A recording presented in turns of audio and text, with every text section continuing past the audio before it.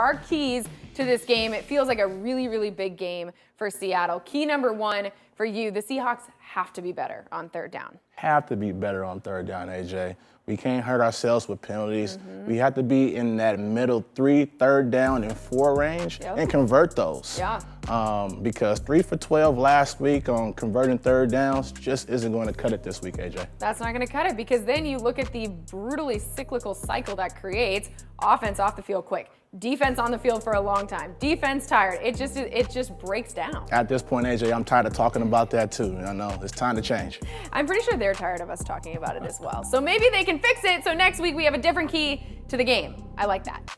Let's do that. Okay. So obviously Geno Smith is not Russell Wilson, but that doesn't mean that those confidence building plays cannot still happen. And so this week, key number 2 for you is you want to see Shane Waldron dial up more explosive plays for Seattle. Yeah, it's simple, AJ. I think we have to trust Geno in the passing game. Geno has to find plays that he's comfortable executing. Yep.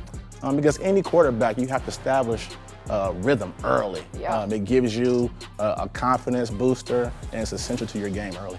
And of course, last week the weather was so atrocious in Seattle. They turned to the run game a lot more, but regardless of the weather, you think there's still plays that Waldron can dial up that'll give Geno that confidence? It's a lot of good explosive plays and easy plays for Geno as well. Things like the screen, whether that's from a running back standpoint or a receiver standpoint. And not to mention, we have a lot of playmakers out there, AJ. We have a lot.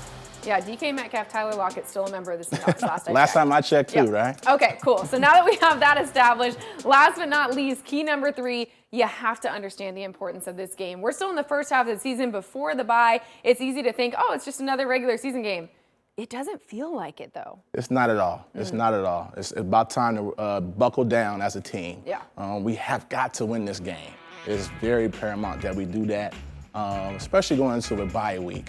Going to a bye week gives a team confidence what they win as opposed to a loss. And how much does that play into it, having to think about a win or a loss for that extra week? Well, we haven't been doing much winning, so I must say, a win is a plus for us in this category. Going to a loss in a bye week, man, that's a lot of thinking before you get back on the field. Yeah, you just have to. You have to think about, you don't want to think about that for 2 weeks. No. Is the long story short. No.